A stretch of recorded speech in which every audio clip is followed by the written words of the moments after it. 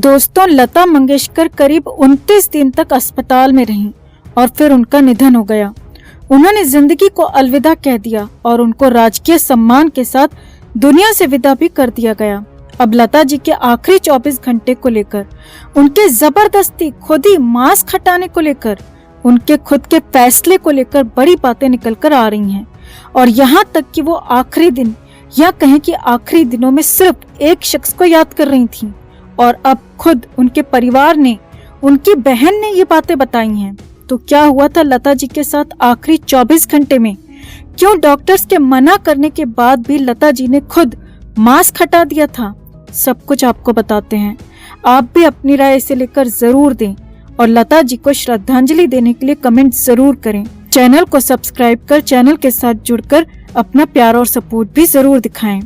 तो महान सिंगर, दुनिया भर में भारत का नाम ऊंचा करने वाली लता जी पंचतत्वों में विलीन हो गईं। पूरे राजकीय सम्मान के साथ उनको विदाई दी गई और नम आंखों के साथ लोग उन्हें विदा कर रहे हैं, उन्हें याद कर रहे हैं। लता मंगेशकर पिछले करीब 1 महीने से बीमारी से लड़ रही थीं और अंत में खुद उन्होंने तय किया कि अब उन्हें नहीं जीना है, अब उन्हें नहीं रहना है और वो चली गईं। जी हाँ, ऐसा ही कुछ हुआ लता मंगेशकर के साथ और ये बड़ी बातें बताई हैं उनके ही परिवार ने और पूरे आखिरी 24 घंटे की कहानी भी बताई है। लता मंगेशकर की बहन आशा भोसले आखिरी वक्त में हर वक्त उनके साथ रहीं और हर बात को करीबी से जानती रहीं, समझती रहीं। और आशा भोसले ने ही बताया है कि आखिरी वक्त में लता जी के साथ क्या हुआ, अस्पताल में क्या हुआ, आखिरी 24 घंटे कैसे गुजरे। तो करीब 30 दिन पहले उन्हें अस्पताल में भर्ती किया गया। कोविड के बाद निमोनिया की दिक्कत उन्हें हो गई थी और उनका इलाज चल रहा था, वो रिकवर भी हो रही थी। उनके जाने से करीब 3 दिन पहले उन्हें वेंटिलेटर से बाहर निकाला गया। हालांकि तब भी वो आईसीयू में ही थीं, लेकिन उन्हें वेंटिलेटर से हटा दिया गया था और उनकी रिकवरी बेहतर बताई जा रही थी। आशा भोसले ने बताया कि उसके बाद उनके साथ क्या क्या हुआ। आशा जी ने बताया कि आखिरी 2 दिन वो हमारे पिता दीनानाथ मंगेशकर के लिए बहुत ज्यादा इमोशनल हो गई थीं। आखिरी 24 घंटे में तो ये बहुत ही ज्यादा हो रहा था। आशा भोसले ने बताया कि वेंटिलेटर से बाहर आते ही उन्होंने घर से अपना ईयरफोन मंगवाया था और अपने पिता के गाने सुनना शुरू कर दिए थे। आशा भोसले ने बताया कि वो खुद उनका ईयरफोन लेकर अस्पताल गई थी और लता जी से मुलाकात भी की थी, बात भी की थी और इस दौरान लता जी बेहद इमोशनल नजर आई।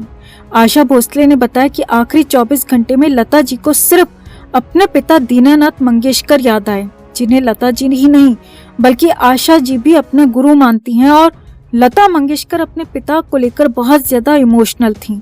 आशा भोसले ने बताया कि लता जी अपने गाने सुनना बिल्कुल भी पसंद नहीं करती थीं। हम सभी को उनके गाने बेहद ज्यादा पसंद आते हैं, लेकिन वो खुद अपने गानों को पसंद नहीं करती थीं क्योंकि वो खुद उनमें गलतियां निकाल देती थीं।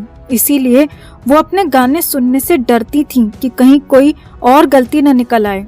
आशा भोसले ने यह भी बताया कि शनिवार की सुबह जब मैं उनके साथ में थी तो वो सिर्फ पिताजी के गाने सुन रही थी और एक समय ऐसा आया जब उन्होंने अपना मास्क हटा दिया। जी हाँ, लता जी ने खुद अपना ऑक्सीजन मास्क हटा दिया और ये बात शनिवार की है। आशा भोसले के सामने ही ये सब कुछ हुआ। डॉक्टर्स लता मंगेशकर को मना करते रहे, इनकार करते रहे, कहते रहे कि मास्क हटाना बेहद खतरनाक साबित हो सकता है, कुछ भी हो सकता है। खुद आशा भोसले ने उन्हें समझाया, कहा कि अभी मास्क पहनना जरूरी है और ये आपकी जिंदगी के लिए, आपके लिए, हम सबके लिए बहुत जरूरी है। लेकिन लता जी नहीं मानी और बिल्कुल नहीं मानी और लता मंगेशकर ने खुद ही अपना ऑक्सीजन मास्क हटा दिया और ये तक कह दिया कि अब बहुत हुआ, अब और नहीं। और इसके बाद बिना ऑक्सीजन मास्क पहने लता मंगेशकर ने ईयरफोन लगा लिया और पिता दीनानाथ मंगेशकर के गाने सुनने लगी। आशा भोसले ने बताया कि लता जी सिर्फ पिता को याद कर रही थीं और अपने चाहने वालों को लेकर परेशान थीं कि उनके चाहने वाले उन्हें किस तरह से याद करेंगे, उन्हें कितना याद करेंगे।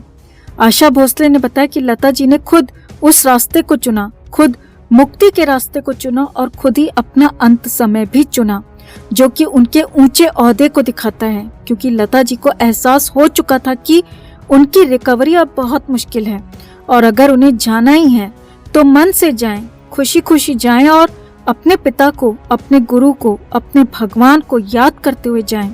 और यही सब लता मंगेशकर ने अपने आखिरी 24 घंटे में, या कहें कि अपने आखिरी घंटों में किया। अपने आखिरी 24 घंटे में लता मंगेशकर सिर्फ अपने पिता के गाने सुनती रहीं, उनको ही याद करती रहीं और फैंस को लेकर बेहद परेशान रहीं। और उन्हें जब लगा कि वक्त आ गया है तो खुद ही ऑक्सीजन मास्क भी हटा दिया और खुद ही ये भी कहा कि लोग मुझे अच्छे से याद तो रखेंगे ना। ये सारी बातें उनके परिवार ने बताई, उनकी बहन आशा भोसले ने बताई और साफ साफ आशा भोसले भी इसे लेकर बेहद इमोशनल हो गईं और बहुत ज्यादा वो लता मंगेशकर को याद कर रोने लगी। तो कुल मिलाकर अपने जाने के दिन भी लता मंगेशकर महानता की नई मिसाल बनकर गई हैं दोस्तों। तो आप लता जी को ऐसे मौके पर कैसे याद करेंगे? कमेंट करके आप भी उन्हें अपनी श्रद्धांजलि जरूर दें और वीडियो को लाइक और शेयर कर अपना प्यार और सपोर्ट भी जरूर दिखाएं।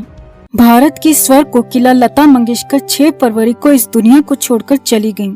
वो करीब 27 दिनों तक ब्रीच कैंडी हॉस्पिटल में एडमिट रहीं। अपने अंतिम समय पर वेंटिलेटर पर लेटे हुए लता ने ऐसी डिमांड कर दी कि सुनकर सबके होश उड़ गए। लता वेंटिलेटर पर अचानक ईयरफोन की जिद करने लगी। लता के भाई हृदयनाथ मंगेशकर ने बताया, लता दीदी अंतिम दिनों में पिता दीनानाथ मंगेशकर को याद कर रही थी, जो एक नाट्य गायक थे। वो पिताजी की रिकॉर्डिंग्स मंगवाकर उन्हें सुन रही थी और उसे गाने की कोशिश भी करती थी। मौत से 2 दिन पहले उन्होंने अस्पताल में ईयरफोन मंगवाए थे। उन्हें मास्क हटाने के लिए मना किया गया था, फिर भी वो मास्क हटाकर गाती थी। लता मंगेशकर अपने पिता का बहुत सम्मान करती थी, वो उन्हें अपना गुरु मानती थी। लेकिन जब लता सिर्फ 13 साल की थी तब उनके सिर से पिता का साया उठ गया था। लेकिन लता ने हमेशा अपने पिता की यादों को सहेज कर रखा। लेकिन आपको ये जानकर हैरानी होगी कि लता कभी भी अपने गाए हुए गाने को नहीं सुना करती थी, क्योंकि वो जब भी अपने गाने सुनती तो उनमें अपनी गलती पकड़ लेती। इस गलती को पकड़कर वो दुखी हो जाती थी। वो कहती थी कि बड़े बड़े संगीतकार उनके गाने को सुनेंगे और उसमें कमियां निकलेंगी तो जाने वो लोग क्या सोचेंगे। हालांकि अब लता दीदी के जाने के बाद बस उनके गाए हुए गाने और कुछ खट्टी मीठी यादें रह गई हैं।